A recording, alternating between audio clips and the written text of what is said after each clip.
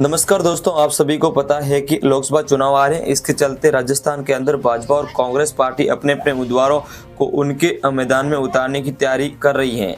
तो दोस्तों, आज हम इस वीडियो में बात करेंगे कांग्रेस के उन लोकसभा सीटों के बारे में जहां पर लगभग कांग्रेस ने अपने उम्मीदवारों को तय कर दिए हैं। जिसमें सबसे पहले हम बात करें चित्तौड़गढ़ की। चित्तौड़गढ़ में उदयलाल आंजना को इस बार कांग्रेस पार्टी मैदान में उतार सकते हैं 2024 के लोकसभा चुनाव में। अगली हम बात करें दोस्तों, राजसमंद से सुदर्शन सिंह रावत का नाम सामने आ रहा है कि राजसमंद लोकसभा सीट से 2024 के चुनाव में कांग्रेस पार्टी के सुदर्शन सिंह रावत को उस मैदान में उतारा जा सकती है। अब बात करें हम दोस्तों टोंक लोकसभा सीट से हरीश मीणा का नाम सामने आ रहा है। 2024 के लोकसभा चुनाव में कांग्रेस पार्टी टोंक लोकसभा क्षेत्र से हरीश मीणा को इस बार मैदान में उतार सकती है।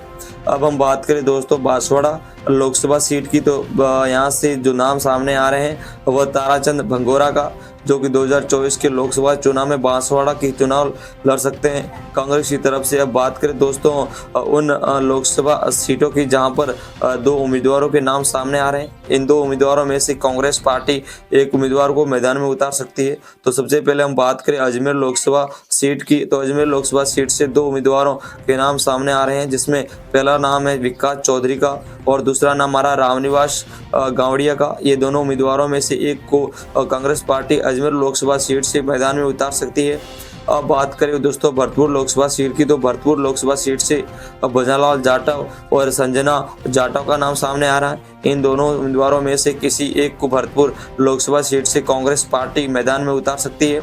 अब देखना यह है कि इन दोनों में से किस उम्मीदवार को कांग्रेस पार्टी मैदान में उतारती है भरतपुर लोकसभा सीट से। अब बात करें दोस्तों अपन चूरू लोकसभा सीट की, तो चूरू लोकसभा सीट से 2024 के लोकसभा चुनाव में जो दो उम्मीदवारों के नाम सामने आ रहे हैं, उसमें राम सिंह कसवा और कृष्णा पूनिया का नाम सामने आ रहा है।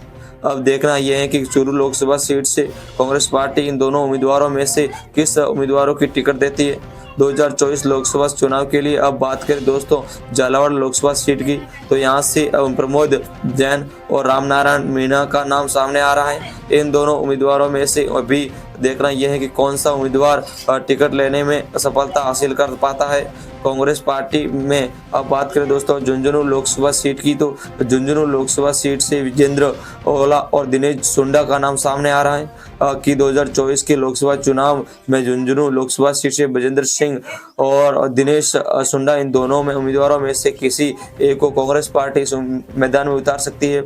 अब बात करें दोस्तों जोधपुर लोकसभा क्षेत्र की, तो जोधपुर लोकसभा क्षेत्र में यहाँ से दो नाम उम्मीदवारों के नाम सामने आ रहे हैं, जिसमें महेंद्र बिश्नोई और दूसरा नाम सामने आ रहा है मानवेंद्र सिंह का।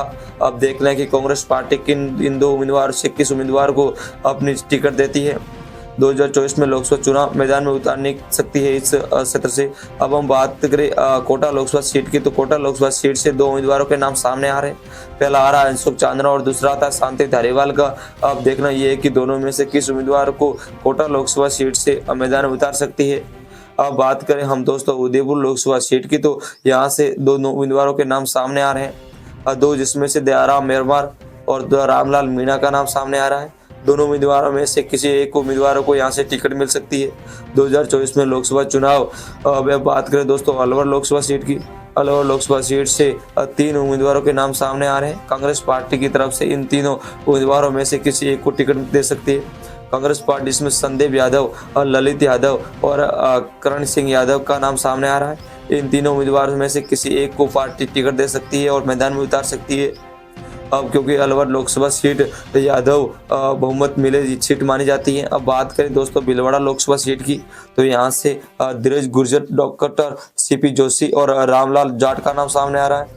अब देखना यह है कि तीनों उम्मीदवारों में से किस उम्मीदवार को कांग्रेस पार्टी टिकट देती है और मैदान में उतारती है। अब बात करें दोस्तों दौसा लोकसभा सीट की, तो दौसा लोकसभा सीट्स पर ये तीन उम्मीदवारों के नाम सामने आ रहे हैं। मुरारीलाल मीणा, ओम प्रकाश हुंडेला और कल्याण मीणा का नाम सामने आ रहा है। दोस्तों आप कमेंट करके बताएं कि दौसा में इन तीनों उम्मीदवारों में से किसे टिकट मिलेगी और दौसा में से कौन सा फेवरेट नेता है जो टिकट मिलने की ज़्यादा संभावना है। अब बात करें हम गंगानगर लोकसभा सीट के, तो यहाँ पर तीन उम्मीदवारों के नाम सामने आ रहे हैं। भरताराम शिमला नायक और कुलदीप इंदुरिया का नाम सामने आ रहा है। अब 3 उम्मीदवारों में से किस उम्मीदवारों को टिकट मिल सकती है वो अब आगे अब बात करें दोस्तों जालोर लोकसभा क्षेत्र की। जालोर लोकसभा क्षेत्र से यहाँ पर रतन दिवासी का नाम सामने आ रहा है और वैभव गहलोत और ओम सिंह का नाम सामने आ रहा है।